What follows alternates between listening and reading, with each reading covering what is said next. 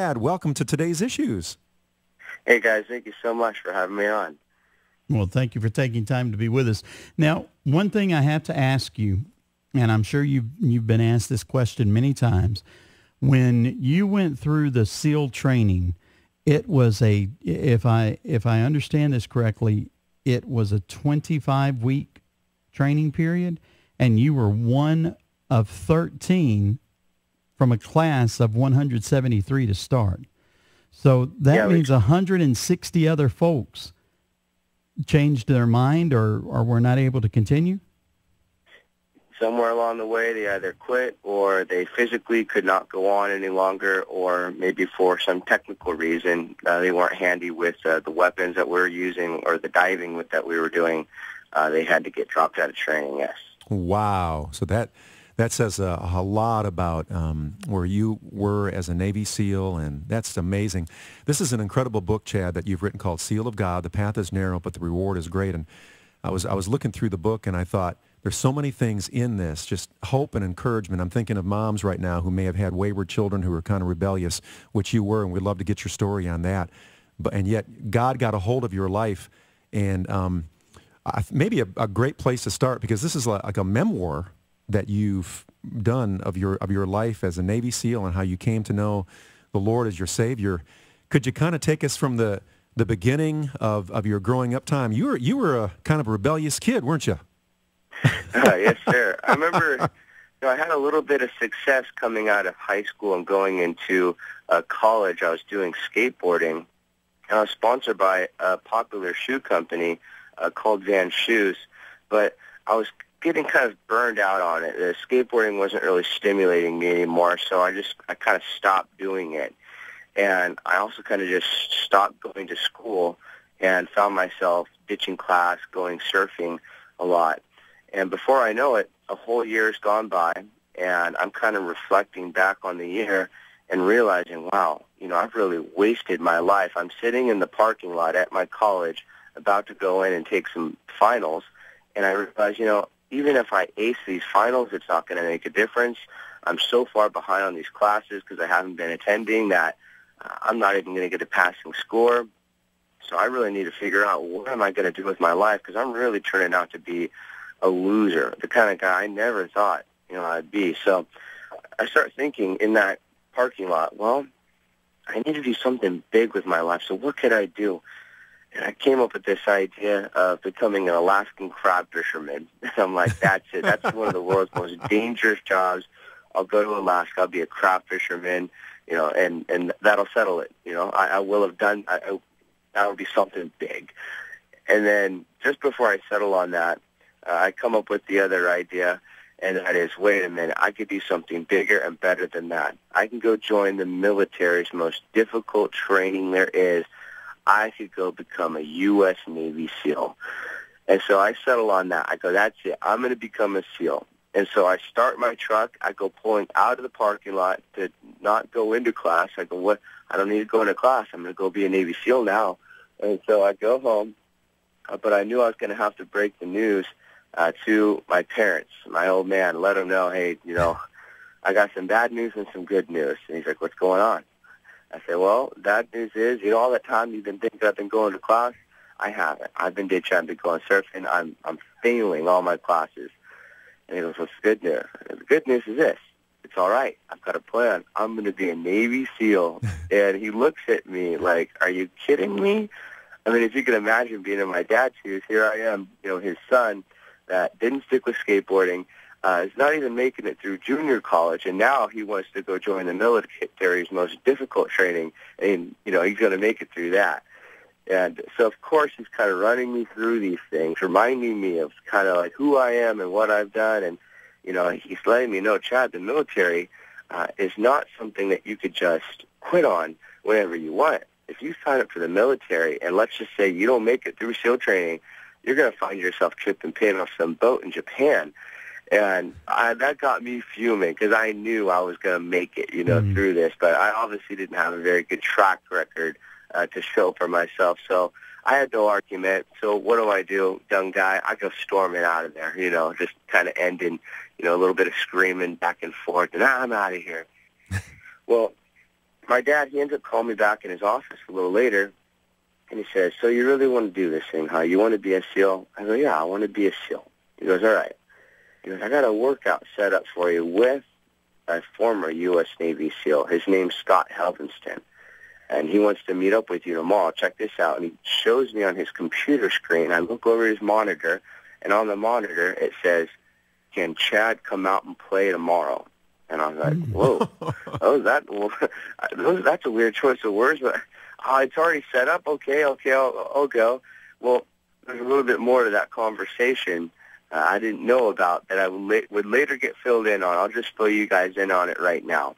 My dad contacts Scott Helvenston, and he says, look, if I paid you some money, here's the thing. My son, he wants to be a SEAL, but he has no idea what he's getting himself into. So if I paid you some money to meet up with him, and I want you to crush him, to beat the desire of becoming a SEAL out of him, would you be willing to do that? And so that was what sparked Scott's reply. Can Chad come out and play tomorrow? So I have no idea what I'm about to get myself into here. I go meet up with this Navy SEAL, Scott Helvenston, who he was no ordinary Navy SEAL if there ever were such a thing. I'll fill you guys in on some special things about him in a moment.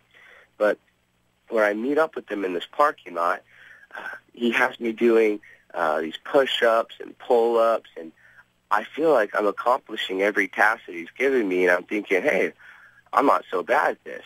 Well, I didn't know that, the best part, he was waiting for us to kind of get away from civilization. There's people around us in this parking lot, and he didn't want them to see what he was really going to do to me. So he goes, hey, Bubba, he just calls me Bubba right from the very beginning. He's like, hey, Bubba, what do you say we go for a run, and I'm going to let you lead the way for a little bit, but after, we'll kind of just run together, and after a while you go ahead and lead the way. You set the pace. And so we're cruising along, and I'm thinking, we're not really running that fast right now. I can really push this a lot more, and who knows, maybe I could even beat this Navy SEAL. I'm a real cocky, young guy. And so as I take off, I really try and burn him on this run, just leave him behind. He is behind. He's not up there with me. And I'm thinking, I'm going to beat this Navy SEAL. And I start thinking about how I'm going to be telling all my friends how I beat a Navy SEAL on a run. But as I look back behind me, I don't know if you guys have ever seen the movie with Arnold Schwarzenegger in the past, Terminator 2, where he's got the T-1000, the evil, Terminator that's coming after him in this policeman's uniform. He's coming up on him, like chasing down a car, on feet. Well, that's Scott Helvenston coming up on me all of a sudden now. He's coming up quick. He catches right up to me, and next thing I know, I'm greeted by his fist, impaling my stomach, and I am going for a ride. I see the sky, and then I feel the ground hit my back, the wind going out of me. I've got this just dust cloud that's poofed all around me, and it's as though it happens in slow motion as this Navy SEAL that I just met today, he's lunged on top of me. And he's got a hold of me, and he's just ragdolling me in the ground. I remember the sound of the threads in my shirt ripping and tearing to this day as he's screaming in my face, the spit coming out of his mouth. And he's saying, you want to be a Navy SEAL? He goes, and he jumps off me, and he says, you better stay 3 paces behind me. You better not quit. And he turns around and takes off on this run. I've got the wind knocked out of me, but I realize this is a defining moment. If I quit on this guy now, this will affect the trajectory of the rest of my life. I will be a quitter for the rest of my life. And so I decided I'm willing to die before I quit. So that day, I'm like 19 years old, just about had a heart attack trying to keep up with this guy, Scott Helvenston. But I did it. He didn't lose me. And we get to the end of this run, and he looks at me, and he says, if we would have gone a couple more miles, would you have stayed with me? And I told him, I'm like, Scott, I would die before I quit. He goes, okay, great. He goes, you want me to begin tomorrow for another workout? Oh, my. That was day one. Are we going to talk about what just happened back there? I thought these beatdowns were par for the course, but it would never happen like that. Again, Scott would later contact my dad. I find out about this later. He says, I know you wanted me to beat the desire of becoming a SEAL out of your son, but I actually think you might have what it takes to make it through training, and I'd like to start working with them from this day forward. So it was just amazing because now I'm working out with this Navy SEAL that I idolized. And like I said, he was no ordinary SEAL to ever wear such a thing. Right. Scott was the youngest man to ever make it through SEAL training. He made it through it at 17 years old. His dad had died in a car accident when he was young, and so he bounced around between, I think it was over 20 different foster homes. And so the military took him at a young, early age. By the time he's 17 years old, he became a U.S. Navy SEAL. He also is a world champion pentathlete. You guys have heard of triathlons before? Mm-hmm, yes. Right. He has this world champion pentathlete status. It has 5 events instead of the 3 events of a triathlon. He also is the fastest U.S. Navy SEAL on the obstacle course at the SEAL Command. So to kind of put that in perspective, there's no Navy SEAL in the world that could beat this Navy SEAL on an obstacle course. And then one more, he was on a TV program that your listeners might like to check out sometime. I think it's in the archives somewhere. It was called Man vs. Beast.